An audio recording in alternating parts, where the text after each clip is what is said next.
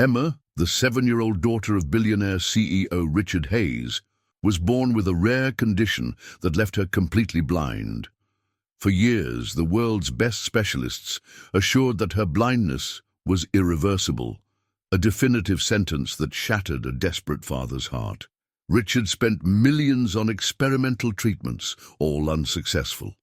But when Maria Santos, a humble immigrant janitor, started working at the Hayes mansion, she noticed something all the doctors had missed. With a simple trick she learned caring for her own blind grandmother in Mexico, Maria did the impossible. Emma began to see. The shocking discovery revealed a medical conspiracy that went far beyond what anyone imagined. And when Richard discovered the truth about who really stole his daughter's sight, his revenge would forever change Maria's life, but not in the way she expected. Please like this video if this story touches your heart, and comment below. Have you ever witnessed a moment that restored your faith in miracles? Your engagement helps us share more incredible true stories. The screams echoed through the marble halls of the Hayes mansion at 3 a.m., piercing the silence like shattered glass. 7-year-old Emma had fallen again, her small hands frantically searching the darkness that had been her prison since birth. Blood trickled from her scraped knee as her father Richard rushed to her side, his heart breaking for the 1,000th time. "Daddy, why can't I see the pretty things you tell me about?" she whispered through her tears. But no one imagined what would come next. The golden morning sun streamed through the floor-to-ceiling windows of the Hayes family penthouse, casting long shadows across the Italian marble floors that 7-year-old Emma Hayes would never see. Richard Hayes, CEO of Hayes Industries and one of the wealthiest men in America, sat hunched over his mahogany desk, staring at yet another medical report that crushed his soul a little more each time. "Mr. Hayes," his assistant Jennifer knocked softly on the office door. "Dr. Morrison is here for your 9 a.m. appointment." Richard closed his eyes, feeling the familiar weight of despair settling on his shoulders like a lead blanket. Dr. Morrison was the 7th specialist this year, flown in from Switzerland at a cost that could buy most people's houses. But when your only child has been sentenced to lifelong blindness, money becomes meaningless. "Send him in," Richard said, his voice hoarse from another sleepless night, listening to Emma's frustrated sobs. Dr. Morrison entered with the same confident stride they all had initially, his expensive suit and gleaming watch announcing his credentials before he even spoke. "Mr. Hayes, I've reviewed Emma's extensive medical history, and I must be frank with you." Richard's jaw tightened. He'd heard those words before, always followed by crushing disappointment. "Your daughter's condition is what we call cortical visual impairment combined with severe optic nerve hyperplasia. The neural pathways simply never developed properly. I'm afraid there's no treatment, no surgery, no experimental procedure that can restore her sight. The previous 6 specialists you've consulted were correct in their assessment." The words hit Richard like physical blows. 7 years of hope, millions of dollars spent, countless hours of research, all leading to the same devastating conclusion. Emma would never see a sunset, never watch a movie, never see her father's face filled with love. "But she's only 7, Richard whispered, his composure finally cracking. "There has to be something. Stem cells, gene therapy, anything." Dr. Morrison shook his head with practiced sympathy.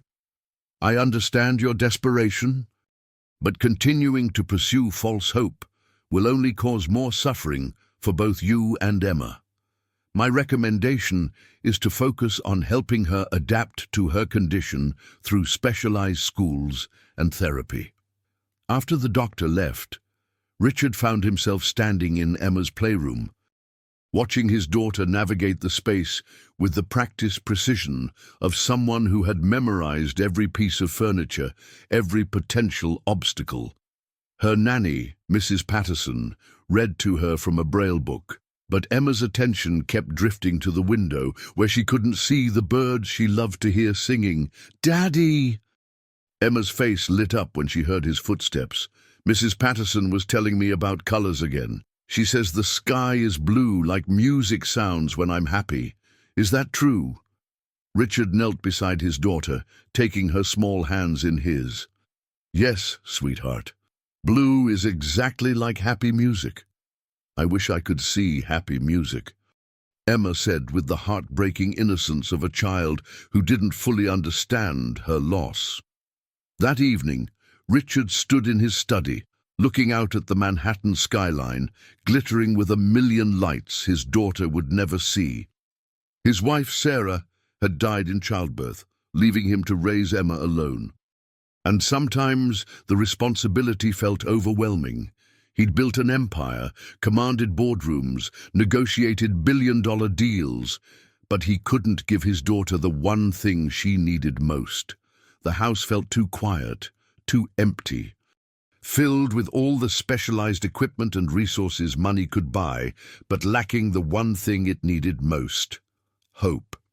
Richard made a decision that would change everything, though he didn't know it yet. Tomorrow, he would hire a new cleaning service. The previous staff had been let go after he'd caught them pitying Emma, treating her like she was broken instead of just different. He wanted someone who would see Emma as a little girl first, not a disability. Someone humble, someone who wouldn't judge or whisper, someone who might bring a little normalcy to their lives. Richard Hayes had no idea that his simple desire for a more compassionate cleaning staff would lead to the miracle he'd been praying for every night for 7 long years. Maria Santos clutched her worn purse tighter as the taxi pulled up to the Hayes mansion. At 42, she had cleaned countless homes in her 15 years in America. But nothing had prepared her for the imposing stone facade that loomed before her like a medieval castle transplanted to the Upper East Side. "Dios mío," she whispered, crossing herself as she stepped out onto the pristine sidewalk. The building was easily 4 stories tall, with intricate stonework and windows that probably cost more than she made in a year. Jennifer, Mr. Hayes's assistant, met her at the ornate front door. "Ms. Santos, I'm Jennifer. Thank you for coming on such short notice." Maria smoothed her simple black dress nervously. "Thank you for the opportunity. I promise I work very hard." "Mr.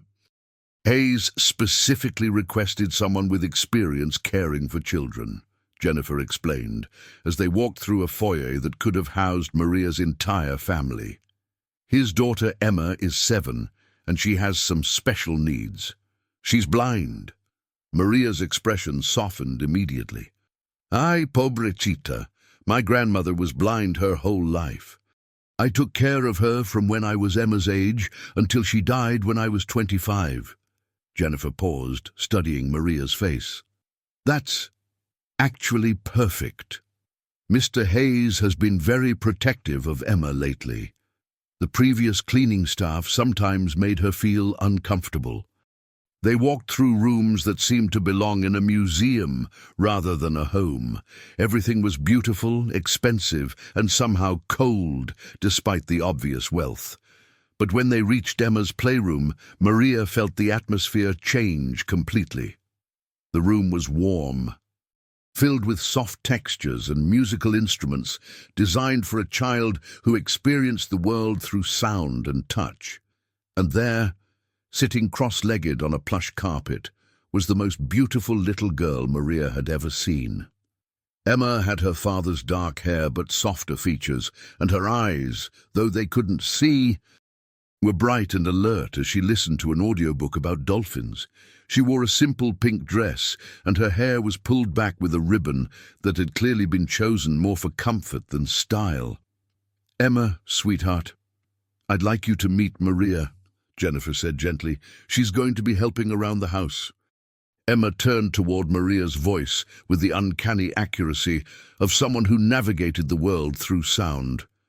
"Hello, Maria. Do you speak Spanish? Mrs. Patterson tried to teach me some, but I think I'm terrible at it." Maria's heart melted instantly. She knelt down to Emma's level, something the previous staff had rarely done. "Hola, Emma. Your Spanish sounds beautiful to me." Emma giggled, a sound like silver bells that filled the room with life. "Can you teach me more words? I love learning new languages." "Of course, mija. What would you like to learn first?" "What's mija mean?"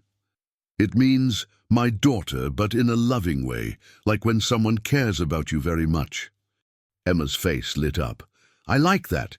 Can I call you something special too?" Before Maria could answer, a deep voice spoke from the doorway.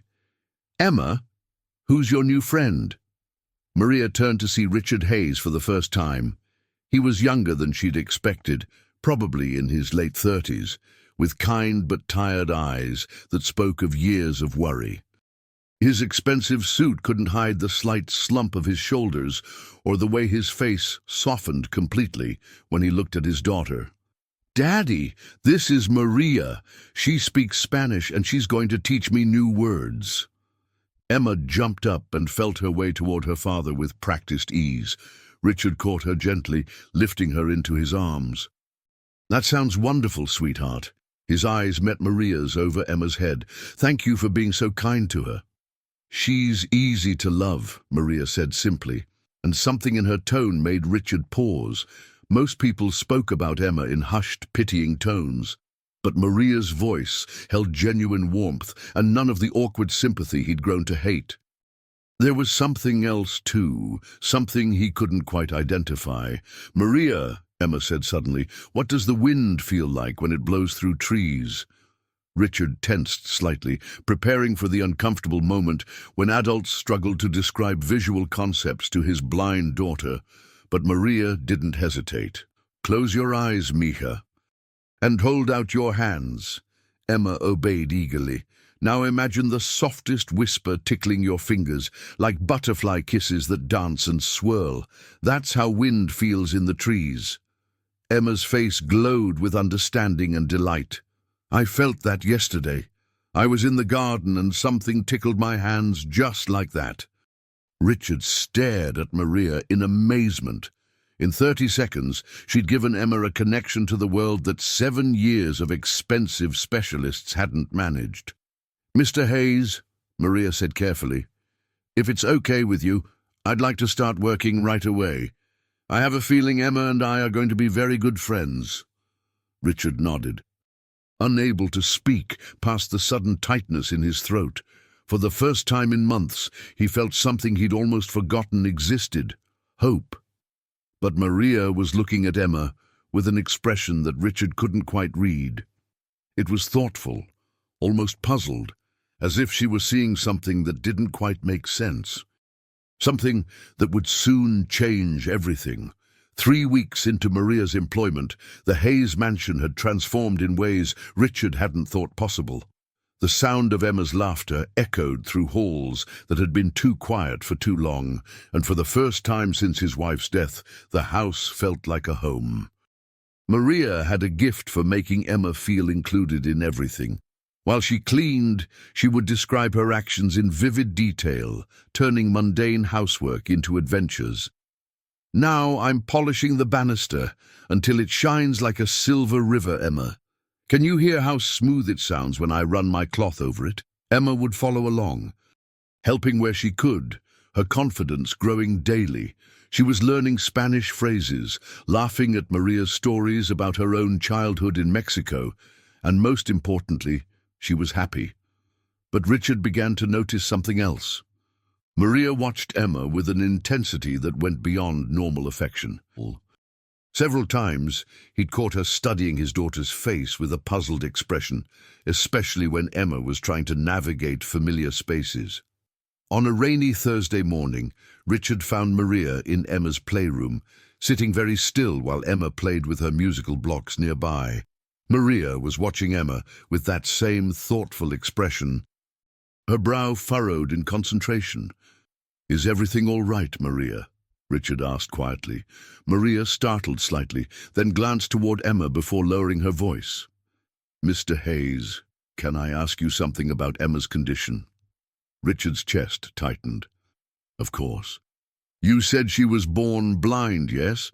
That her eyes never worked properly. That's right. Cortical visual impairment combined with optic nerve hyperplasia. 7 different specialists have confirmed it. Maria was quiet for a long moment, watching as Emma carefully arranged her blocks by sound and texture.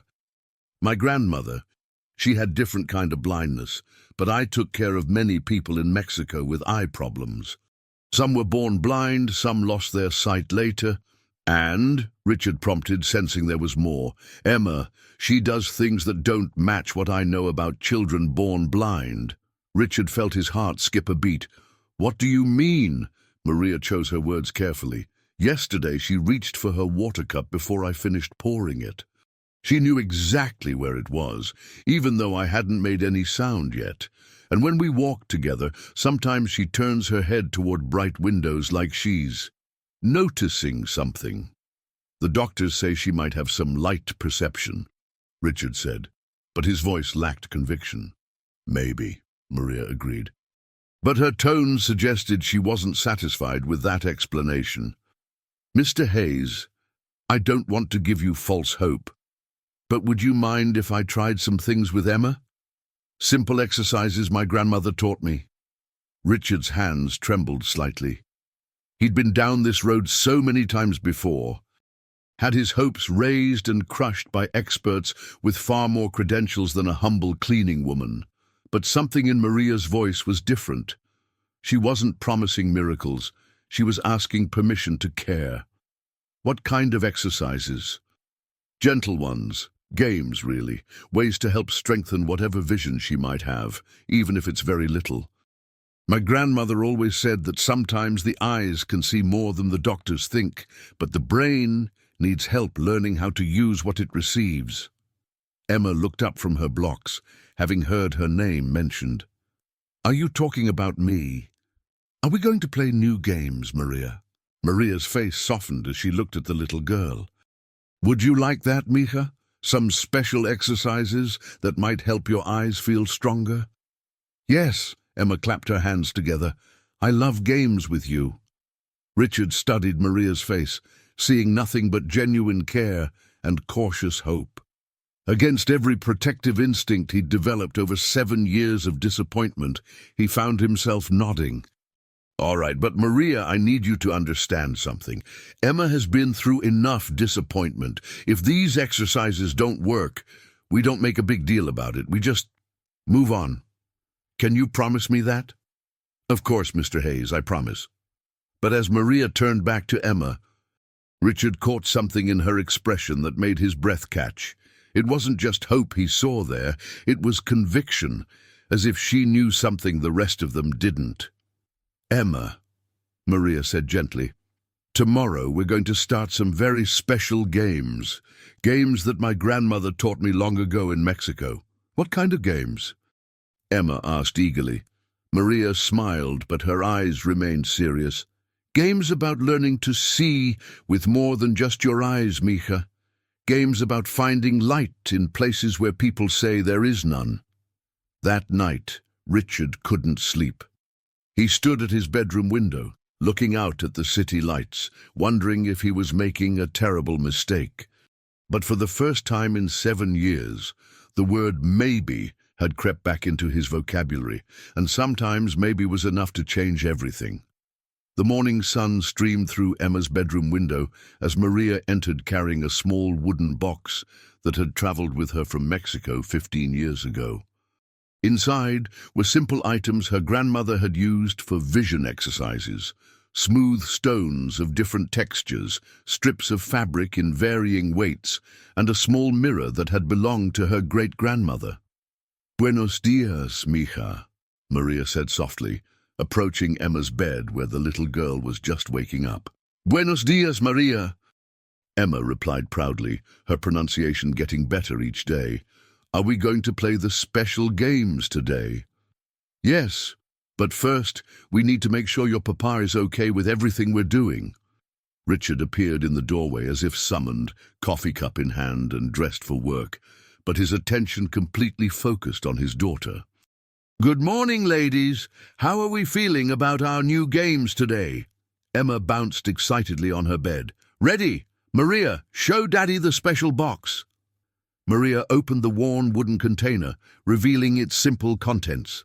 Richard examined each item, his expression skeptical but hopeful. These are your grandmother's tools? See, very simple things.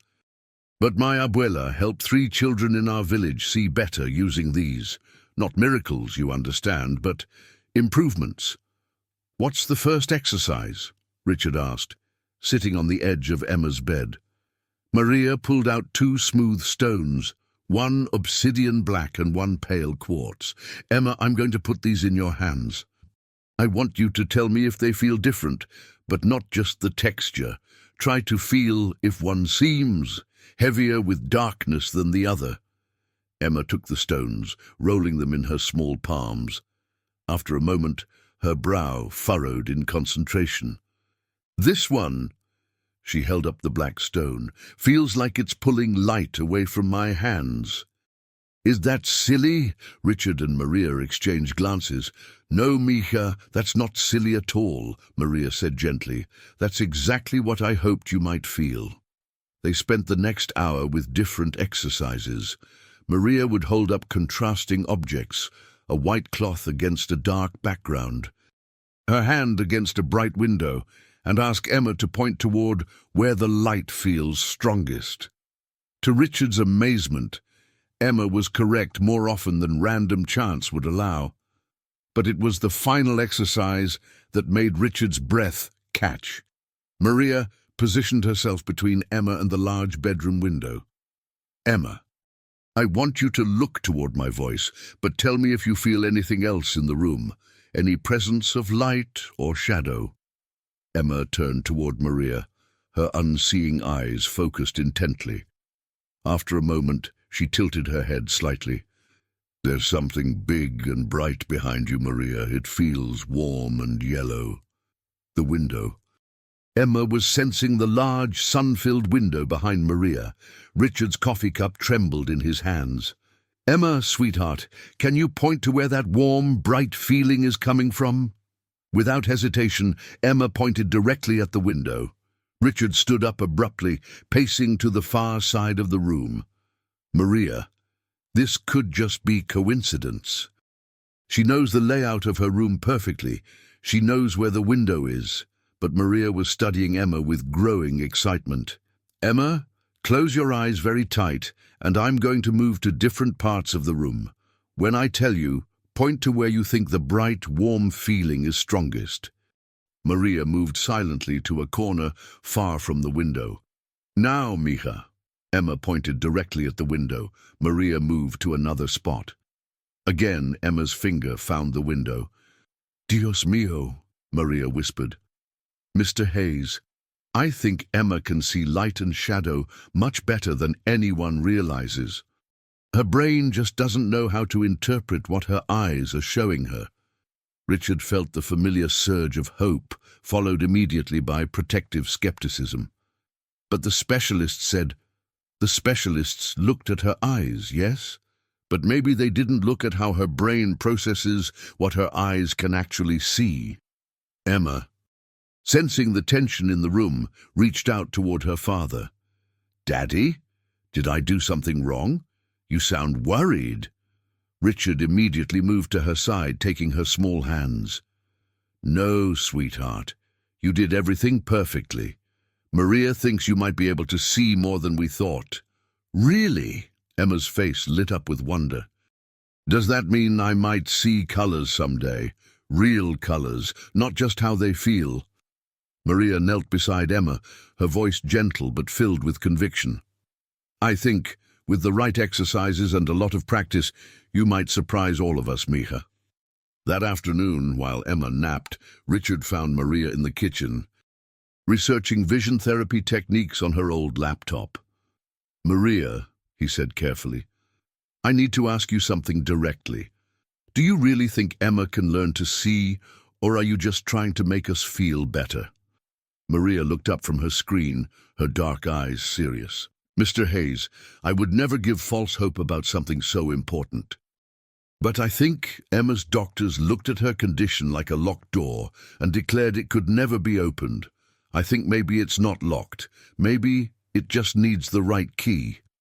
Richard sat down across from her, feeling the weight of 7 years of disappointment.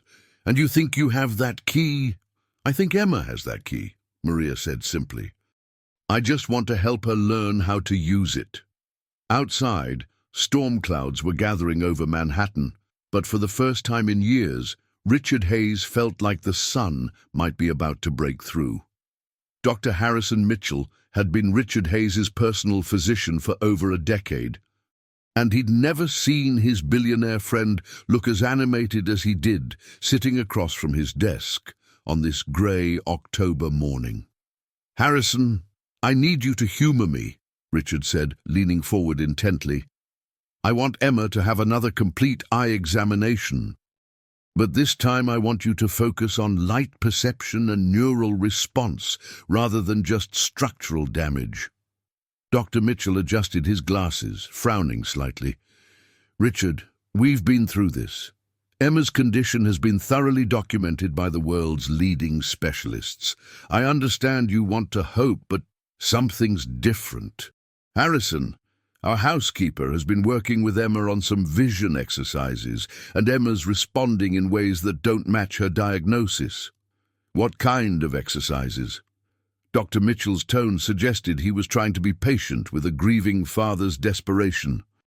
Richard spent the next 20 minutes describing Emma's recent responses to Maria's simple tests. With each example, Dr. Mitchell's expression grew more thoughtful and less dismissive.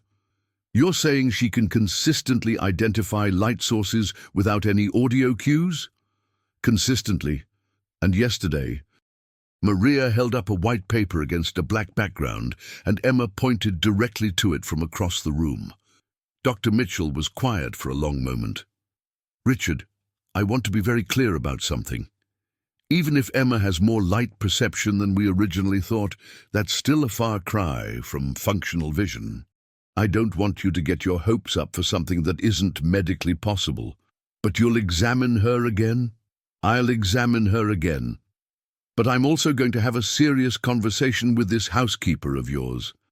Sometimes well-meaning people can unconsciously give children cues without realizing it.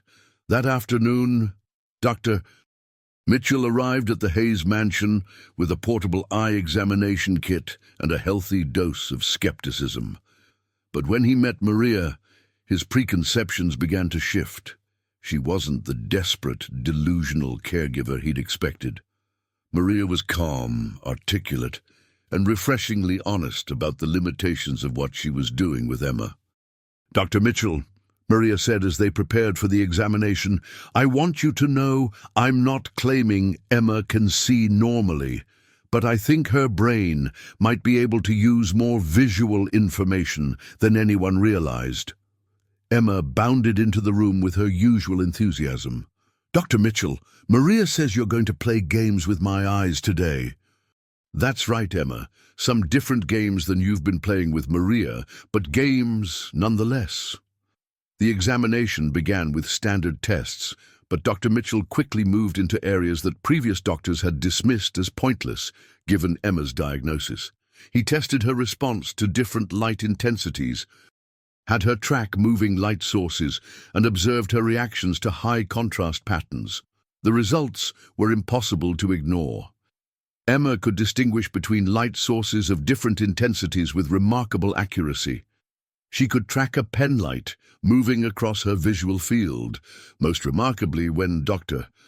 Mitchell held up cards with simple black and white patterns, Emma could identify basic shapes with about 60% accuracy. "This is..." Dr. Mitchell stopped mid-sentence, staring at his notes.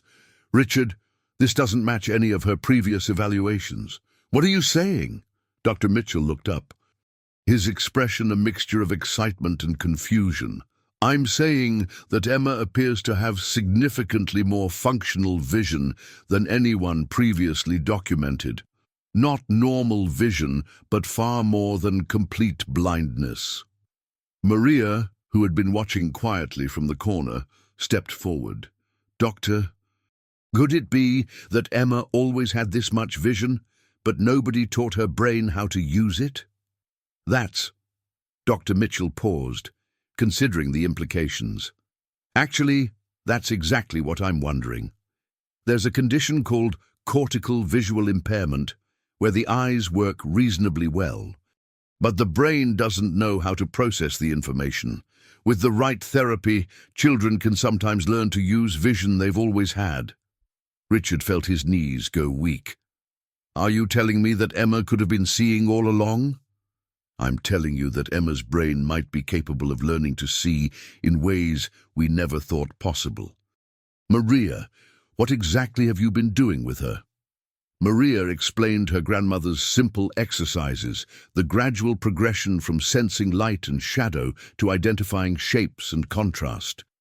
Dr. Mitchell listened with growing amazement.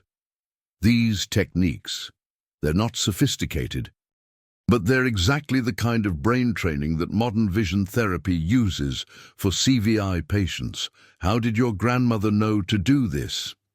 She didn't know the science, Maria said simply. She just knew that sometimes the eyes can see more than people think. If you teach the brain to pay attention, Dr. Mitchell turned to Richard. I want to bring in a vision therapy specialist. If Emma's brain can learn to process visual information more effectively, we might be able to help her develop functional vision. Emma, who had been listening with growing excitement, suddenly spoke up. Does this mean I might really see colors someday, and flowers, and Daddy's face? The room fell silent. Richard knelt beside his daughter, his voice thick with emotion. It means we're going to try everything we can, sweetheart. But even as hope bloomed in his chest, Richard felt a nagging question forming in the back of his mind. If Emma had always had this potential for vision, why had 7 of the world's leading specialists missed it? And why did he suddenly feel like there was more to this story than a simple misdiagnosis? 3 weeks after Dr. Mitchell's shocking examination results, the Hayes mansion buzzed with activity as Dr. Patricia Webb, one of the country's leading vision therapy specialists, set up her equipment in Emma's playroom. Richard paced nervously, while Maria sat calmly beside Emma, holding the little girl's hand. Now, Emma, Dr. Webb explained gently, we're going to do some exercises to help your brain and your eyes work better together. Think of it like teaching them to be best friends, Emma giggled. Like how Maria taught me Spanish. My brain had to learn how to understand the new words. Exactly like that, sweetheart. The therapy session was remarkable. Using high-contrast cards, light boards, and specialized computer programs, Dr. Webb guided Emma through exercises designed to strengthen the neural pathways between her eyes and brain. Within the first hour, Emma was identifying simple patterns with increasing accuracy. This is extraordinary, Dr. Webb murmured to Richard during a break. Emma's brain is incredibly plastic. With intensive therapy, she could potentially develop functional vision. But it was Maria who made the observation that would change everything. Dr. Webb, Maria said carefully, I've been watching Emma's responses, and I notice something. When she gets frustrated or tired, her vision seems to get worse. But when she's happy and relaxed, she can see much more clearly. Dr. Webb nodded thoughtfully. That's consistent with cortical visual impairment. Stress and fatigue can significantly impact visual processing. But Maria, you mentioned something interesting in your notes. You said you suspect Emma's condition might not be entirely natural. Richard's head snapped up. What do you mean by that? Maria hesitated, then pulled out a worn notebook where she'd been recording her observations. Mr. Hayes, I've been thinking about Emma's medical history. You said she was born blind, yes? Yes, that's what all the doctors confirmed. But I've been reading about CVI, and usually children born with this condition show gradual improvement with early intervention. Emma's 7 years old, and no one tried vision therapy until now. Dr. Webb frowned. That is unusual. CVI is typically identified and treated much earlier. Who was Emma's primary ophthalmologist? Richard felt a chill run down his spine. Dr. Marcus Steinberg. He's been her doctor since birth. He diagnosed her initial condition and has overseen all her care. Steinberg. Dr. Webb's expression grew troubled. Richard, I need to ask you something directly. Did Dr. Steinberg ever suggest vision therapy or CVI-specific treatments? No. He always said Emma's condition was irreversible, that her optic nerves were too damaged for any intervention to help. Maria and Dr. Webb exchanged a meaningful look that made Richard's stomach clench with dread. Mr. Hayes, Dr. Webb said carefully, based on Emma's responses today, I don't believe she has significant optic nerve damage. Her eyes appear to be structurally normal. This looks like a classic case of CVI that should have been treated years ago. The room seemed to spin around Richard. What are you saying? I'm saying that Emma's blindness may have been prolonged by lack of appropriate treatment. Maria stood up, her face flushed with anger. You mean someone kept Emma blind when she could have been helped? Before Dr. Webb could answer, Richard's phone rang. The caller ID showed Dr. Steinberg's office. Mr. Hayes. The voice on the other end was tense. I understand you've been consulting with other specialists about Emma without informing our office. I need to schedule an immediate appointment to discuss Emma's care. Richard's voice was ice cold. Dr. Steinberg, I think we need to have a very different conversation than you're expecting. I'm sorry. I don't understand. Emma can see, Dr. Steinberg. She's always been able to see. The question is, why didn't you know that? Or did you? The silence on the other end of the line was deafening. Mr. Hayes, I think there's been some kind of misunderstanding. Richard hung up, his hands shaking with rage. He looked at Maria, whose protective stance over Emma made everything crystal clear.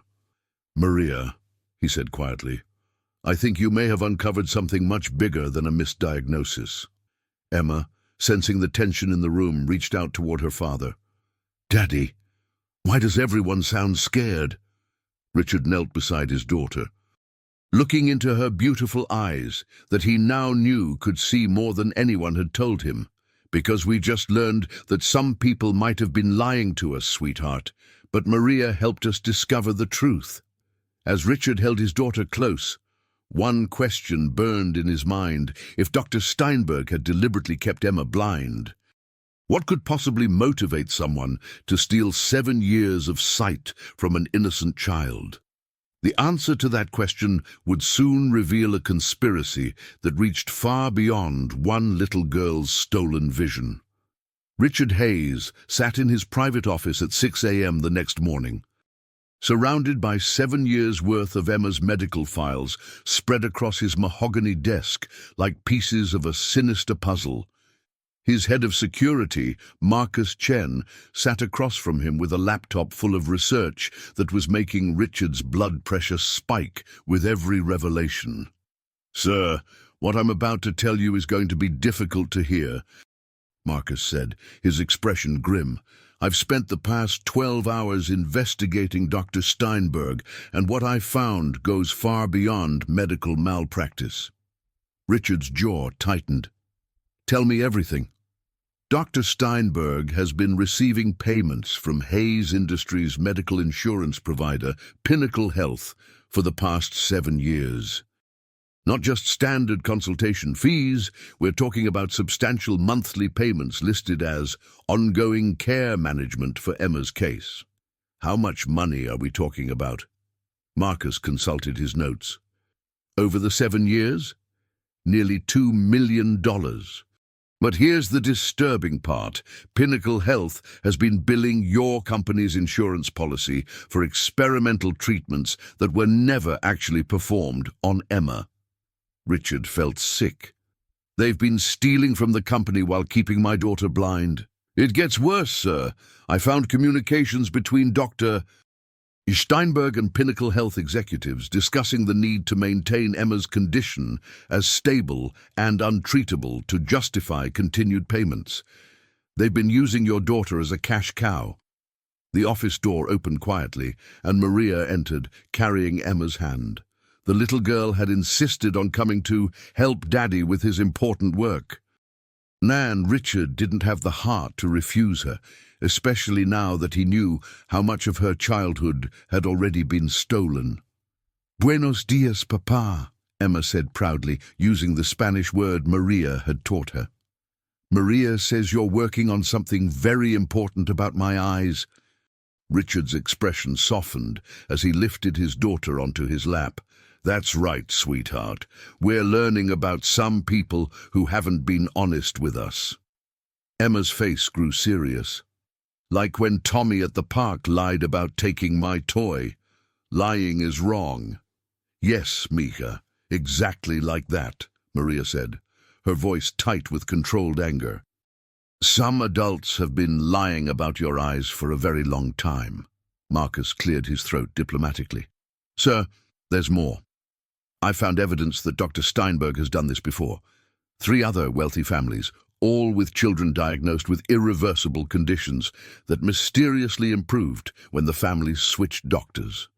Richard's hands clenched into fists. 7 years of watching his daughter struggle, 7 years of believing she would never see his face, 7 years of guilt wondering if he'd somehow failed her, and all of it had been a lie designed to steal money. "Daddy," Emma's small voice broke through his rage, "you're holding me too tight." Richard immediately loosened his grip, kissing the top of his daughter's head. "I'm sorry, sweetheart. Daddy's just very upset with some people who weren't nice to you." "Are they the same people who said I couldn't see?" The innocent question hit Richard like a physical blow. "Yes, Emma, they are." Emma was quiet for a moment, then turned her face toward Maria. "Maria, will you still teach my eyes to see better, even though those people were mean?" "Of course, Mia. Every day we'll keep practicing until you can see everything beautiful in the world." Marcus leaned forward. "Sir, I've also uncovered something else." "Doctor." "Steinberg called an emergency meeting with Pinnacle Health executives for this afternoon. I believe they know you're onto them." Richard stood up, gently setting Emma on the comfortable couch in his office. "Marcus, I want you to contact the FBI's white-collar crime division. This isn't just insurance fraud, this is child abuse. They deliberately kept a 7-year-old girl blind for money. Already done, sir. Agent Sarah Martinez from the Financial Crimes Unit is expecting your call."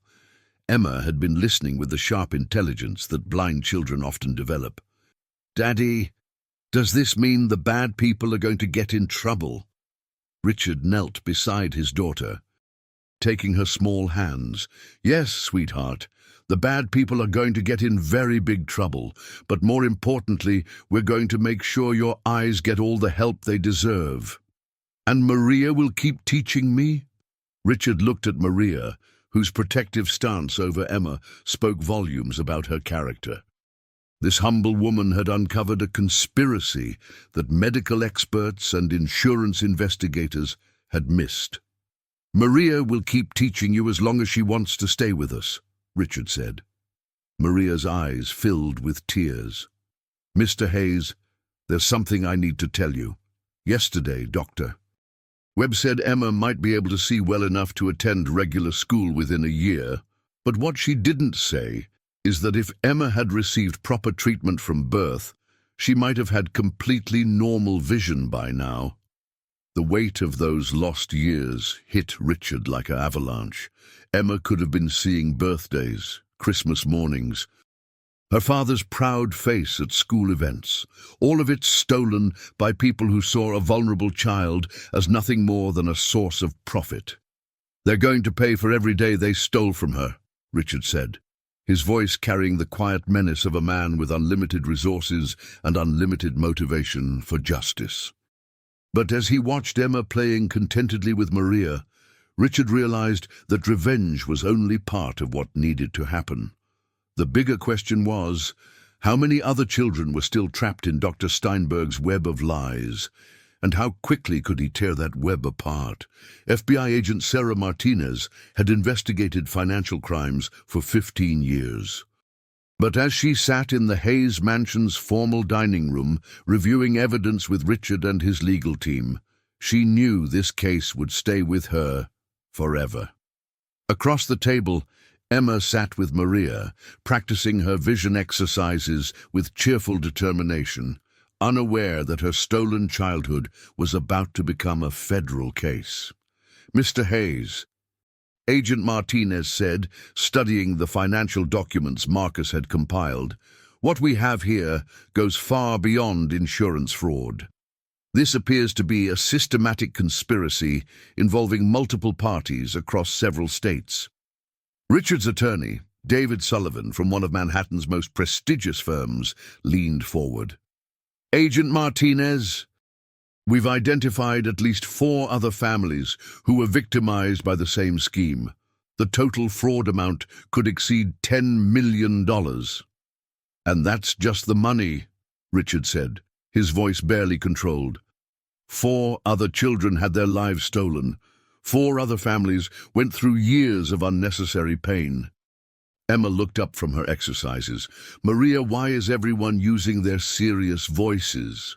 "Because we're talking about making sure what happened to you never happens to other children, Mija." Agent Martinez opened a thick file folder. "Emma, sweetheart, I need to ask you some questions about Dr. Steinberg. Is that okay?" Emma nodded solemnly. "Will it help other children?" "It will help other children very much." What followed was one of the most heartbreaking interviews Agent Martinez had ever conducted. With Maria translating complex concepts into language a 7-year-old could understand, Emma described years of visits to Dr. Steinberg's office, where she was told repeatedly that her eyes would never work, that she should stop hoping to see, that her father was wasting his money on treatments. "He always smelled like peppermint," Emma said, "but not the nice kind, the scary kind, and he would shine bright lights in my eyes even though I told him they hurt." "Did Dr. Steinberg ever do any tests that helped your eyes feel better?" Agent Martinez asked gently. "No, he only did tests that made them tired and sore, but Maria's exercises make my eyes feel strong and happy." Richard had to leave the room for a moment, overwhelmed by the realization that his daughter had been actively harmed by someone he'd trusted completely. Agent Martinez followed him into the hallway. "Mr. Hayes, I want you to know that we're treating this as a priority case. Dr. Steinberg and his co-conspirators are going to face serious federal charges." "How long before he's arrested?" "We're moving fast. I have teams executing search warrants on his office and Pinnacle Health's headquarters as we speak. But Mr. Hayes, I need to warn you about something." Richard's expression darkened. "What?" "Men like Dr. Steinberg don't usually work alone, and they don't usually target victims randomly. We think he specifically chose wealthy families because he knew they'd pay anything to help their children, and because they'd be less likely to seek second opinions from other doctors." "You think he researched us?" "I think he targeted Emma before she was even born." The implication hit Richard like a physical blow. "My wife's pregnancy, Dr. Steinberg was her obstetrician." Agent Martinez nodded grimly. "We're investigating the possibility that Dr. Steinberg caused or exacerbated Emma's condition during delivery, then positioned himself as her long-term specialist to maximize the financial benefit." Richard felt the walls closing in around him. Not only had Dr. Steinberg stolen 7 years of Emma's sight, but he might have caused her blindness in the first place. When they returned to the dining room, Maria was helping Emma with a new exercise involving colored cards. Emma was correctly identifying bright red from deep blue with about 70% accuracy. "Look, Daddy," Emma called excitedly. "I can tell when Maria holds up the happy color versus the calm color. That's incredible, sweetheart." Agent Martinez watched the exercise with growing amazement. "Emma, how long have you been able to see colors?" Maria says I've always been able to see them, but my brain just didn't know their names. Now we're teaching my brain to be smarter. And Emma, Agent Martinez said carefully, when Dr. Steinberg tested your eyes, did he ever show you colors like this? Emma's expression grew thoughtful. He showed me gray things and black things, but when I told him I thought I saw different feelings in them, he said I was imagining things and that I should stop pretending. The room fell silent. Dr. Steinberg hadn't just failed to treat Emma's condition, he'd actively discouraged her natural visual development. Richard's phone buzzed with a text from Marcus. Steinberg just boarded a flight to Switzerland. Pinnacle Health executives also fleeing. FBI moving to intercept. Agent Martinez saw Richard's expression and checked her own phone. We have teams at the airport. They're not going anywhere. Maria looked up from Emma's exercises. Agent Martinez, there's something else you should know. Yesterday, Emma told me she remembers seeing light and colors when she was very little, maybe 3 or 4 years old. But after visiting Dr. Steinberg, those memories became wrong and impossible. He convinced her that her own perceptions were false, Richard whispered, horrified. Emma reached for her father's hand. Daddy, are you sad about the mean doctor? Richard knelt beside his daughter, looking into her beautiful eyes that were growing brighter and more responsive every day. I'm sad about what he did, sweetheart, but I'm happy about something much more important. What? Maria helped us find the truth, and now your eyes are going to get stronger every single day. Emma smiled, and for the first time in 7 years, Richard could swear he saw true recognition in her eyes as she looked at his face. But the greatest revelation was yet to come. Dr. Marcus Steinberg sat in FBI custody at JFK Airport, his carefully constructed world crumbling around him as Agent Martinez placed a thick file of evidence on the metal table between them. His expensive suit couldn't hide the sweat stains of a man who knew his decades-long con had finally been exposed. Dr. Steinberg, Agent Martinez began, we have financial records showing over $10 million in fraudulent billing, communications proving your conspiracy with Pinnacle Health, and testimony from 5 families whose children were kept unnecessarily blind or disabled for profit. Steinberg's lawyer, a nervous-looking man who'd been hastily summoned from his golf game, whispered urgently in his client's ear. But Steinberg shook his head, his arrogance intact even in federal custody.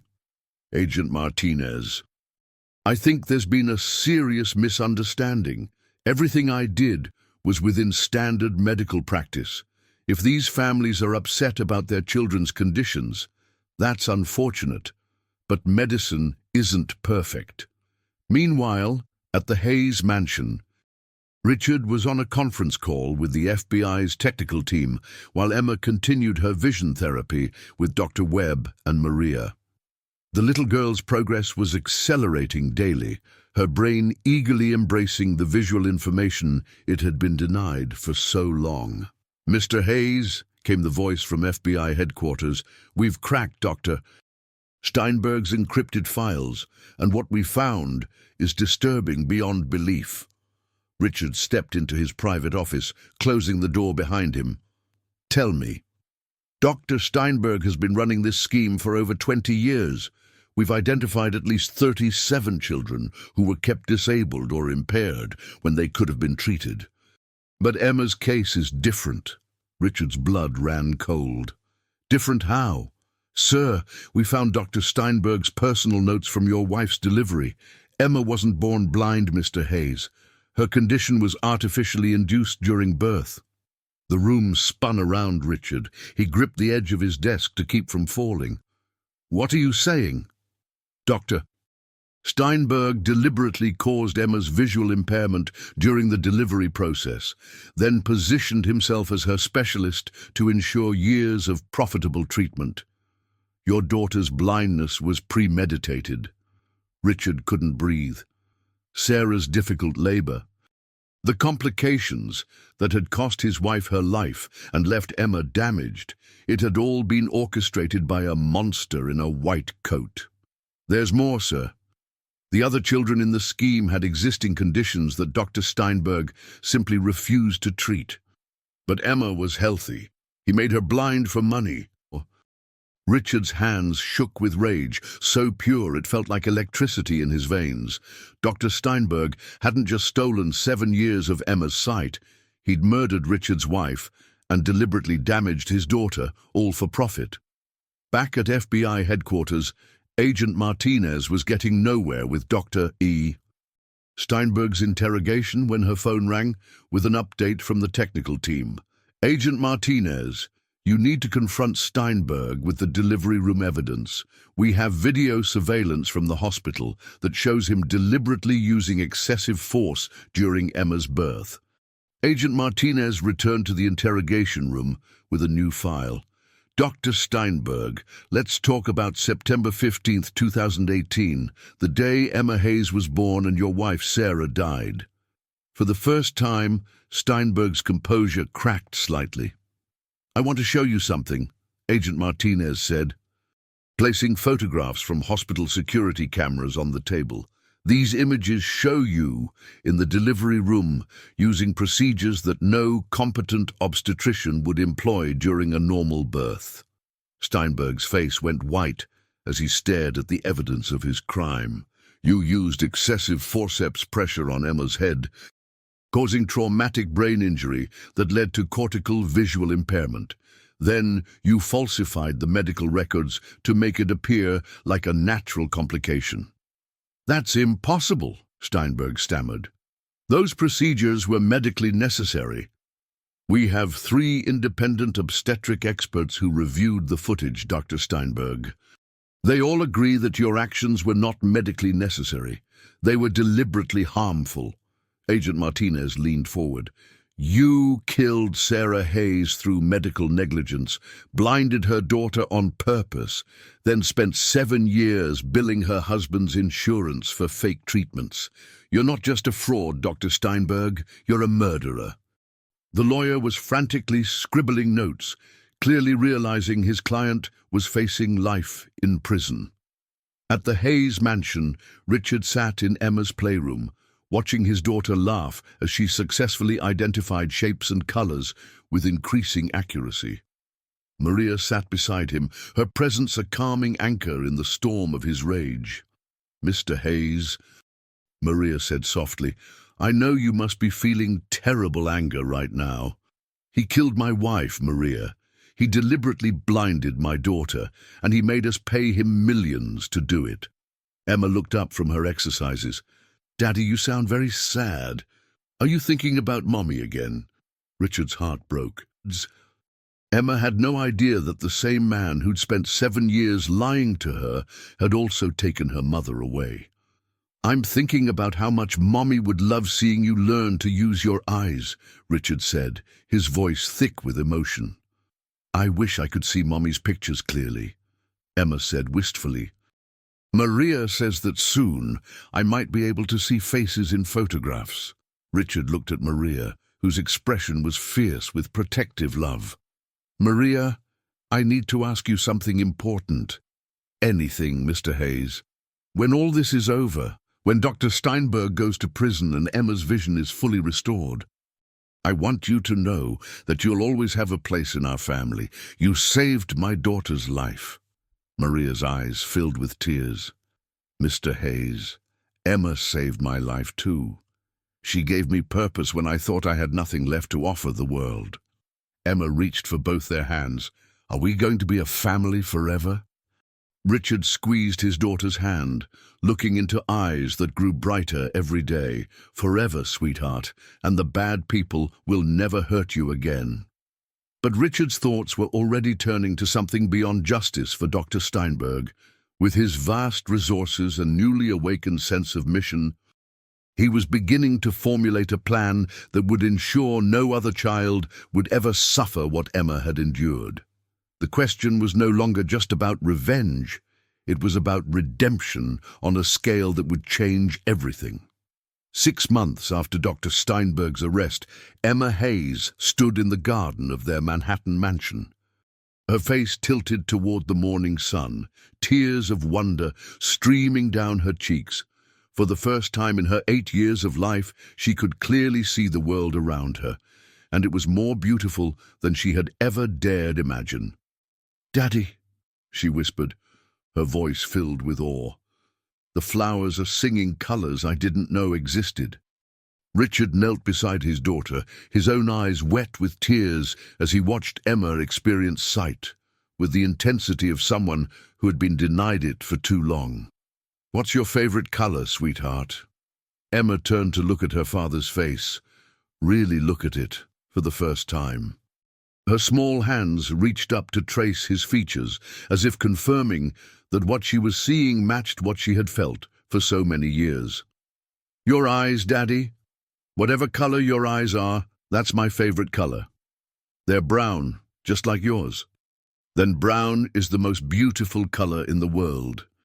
Maria approached, carrying a tray of Emma's favorite breakfast, but she stopped short when she saw the little girl clearly tracking the movement of a butterfly across the garden. "Misha," Maria said softly, "how well can you see the butterfly?" Emma's face lit up with pure joy. "I can see its wings moving. They're orange and black, and they make patterns like music looks." Dr. Patricia Webb, who had been documenting Emma's remarkable recovery, looked up from her notes. "Emma's vision has improved to about 20/40 in both eyes. With her rate of progress, she could achieve completely normal vision within another year." But the celebration was interrupted by Richard's phone. Agent Martinez was calling with news about Dr. Steinberg's trial. "Richard, I wanted you to hear this directly from me. Dr. Steinberg just accepted a plea agreement. He's going to prison for 25 years, and he's agreed to cooperate in prosecuting the Pinnacle Health executives." Richard stepped away from Emma for privacy. "What about the other families?" "That's the incredible part. Your case broke everything wide open. We've identified 43 children who were victims of similar schemes across 12 states. The total fraud amount is over $50 million, but more importantly, we're getting these kids the real medical help they need." Richard felt a surge of satisfaction, but it was tempered by something more complex. Justice was important, but it couldn't give Emma back the 7 years she'd lost. "Agent Martinez, there's something I need to tell you. I'm starting a foundation." "What kind of foundation?" The Emma Hayes Foundation for Medical Truth. I'm dedicating $500 million to provide free second opinions for children with supposedly incurable conditions. I never want another family to go through what we did." When Richard returned to the garden, he found Emma and Maria engaged in a new game. Emma was describing colors to Maria in Spanish, both of them laughing as Emma tried to find words for the incredible beauty she was finally seeing. "Maria," Richard said, settling beside them on the garden bench, "I need to ask you something important." Maria looked concerned. "What is it, Mr. Hayes?" "I want you to be the Foundation's first director of family support. I need someone who understands what it's like to fight for a child when the whole medical system says there's no hope." Maria's eyes widened. "Mr. Hayes, I don't have the education for something like that. You have something better than education, Maria. You have wisdom. And you have the courage to see truth when everyone else accepts lies." Emma bounced excitedly. "Maria, you have to say yes. We can help other children learn to see, just like you helped me." Maria looked at this little girl who had transformed from an isolated blind child into a vibrant seeing young lady, and at the father who had been saved from despair by the return of hope. "Yes," Maria said simply. "Yes, I'll help you save other children." But as the three of them sat in the garden, surrounded by colors and light that Emma was experiencing for the first time, Richard's phone rang again. This call would bring news that would test everything they thought they knew about Dr. Steinberg's crimes. "Mr. Hayes," Agent Martinez's voice was tight with urgency. "We need to talk immediately. Dr. Steinberg just revealed something that changes everything about your case." "What now?" "Sir, Doctor, Steinberg claims he wasn't the mastermind behind the scheme. He says he was working for someone else, someone with the power to place him in positions where he could access wealthy families." Richard felt ice in his veins. "Who?" "He won't say over the phone, but Mr. Hayes, this conspiracy may go higher than we ever imagined. And whoever is really behind this, they may not be finished with your family."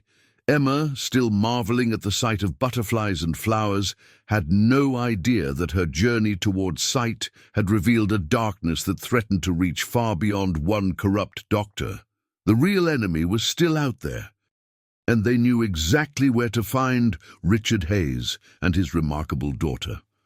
Richard Hayes stood in the FBI's secure conference room, staring at a photograph that made his blood run cold.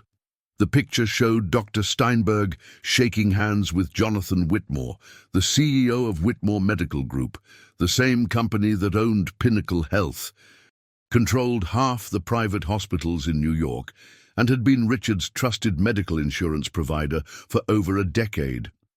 "Agent Martinez," Richard said, his voice deadly quiet, "are you telling me that the man who has been processing Emma's insurance claims for 7 years is the same man who orchestrated her blindness?"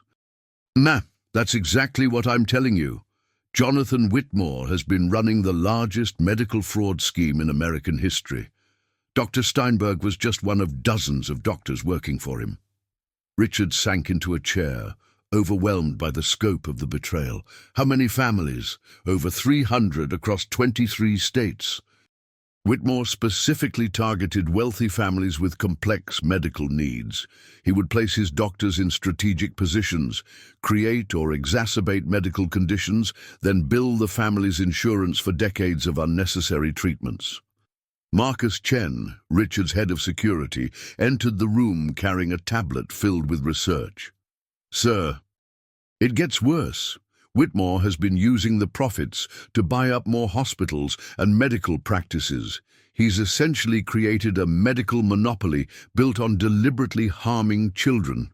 Richard thought about Emma in the garden that morning, finally seeing butterflies for the first time at 8 years old. 7 years of darkness. 7 years of unnecessary suffering. Also, Jonathan Whitmore could add zeros to his bank account. "Where is Whitmore now?" Agent Martinez consulted her notes. "That's the problem. He disappeared 3 days ago, right after Dr. Steinberg started cooperating. We have reason to believe he's fled the country. But you'll find him. Richard, I need to be honest with you. Whitmore has resources that make him extremely dangerous. He's been planning his escape for months, and he knows you're the key witness who can destroy him." The implications hit Richard like a sledgehammer. "You think Emma and I are in danger?" "I think Jonathan Whitmore has spent years viewing your daughter as a source of profit. Now that she's about to expose him, she's become a liability." Richard's protective instincts exploded into action. "I need to get home to Emma immediately." But Agent Martinez held up her hand. "Richard, we've already dispatched a security team to your house. Emma and Maria are safe, but there's something else." She pulled out another file, this one marked with Emma's name. "What's in there?" "Intelligence suggests that Whitmore isn't just running from prosecution. We believe he's planning one final score before he disappears permanently." "What kind of score?" Agent Martinez met Richard's eyes with an expression of deep concern. "We think he's planning to kidnap Emma." The room spun around Richard. "Kidnap her? Why?" "Because Emma is living proof that his scheme can be exposed. But more than that, she represents something valuable to him.